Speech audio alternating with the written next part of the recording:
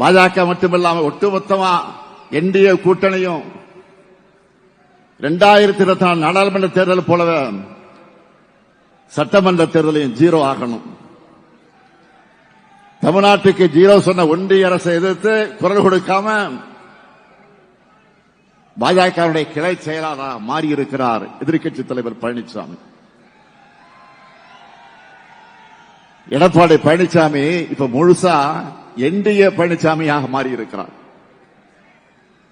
நானும் ரவுடி தான் அப்படின்னு சொல்ற மாதிரி மைக்கு முன்னாடி வந்து நின்னுக்கிட்டு நான் தான் கூட்டணிக்கு தலைமைன்னு சொல்லிட்டு இருக்காரு. சொல்லல, புலம்பிக்கிட்டு இருக்கிறாரு. இந்த நிலையில ஒரு வித்தியாசமான போராட்டத்தை இப்போ அவர் அறிவிச்சிருக்காரு. பாஜக அரசு கொண்டு வந்திருக்கக்கூடிய 125 நாள் வேலை திட்டத்தை நாம தடுக்கிறோமா, அதுக்காக தான் போராட்டமா.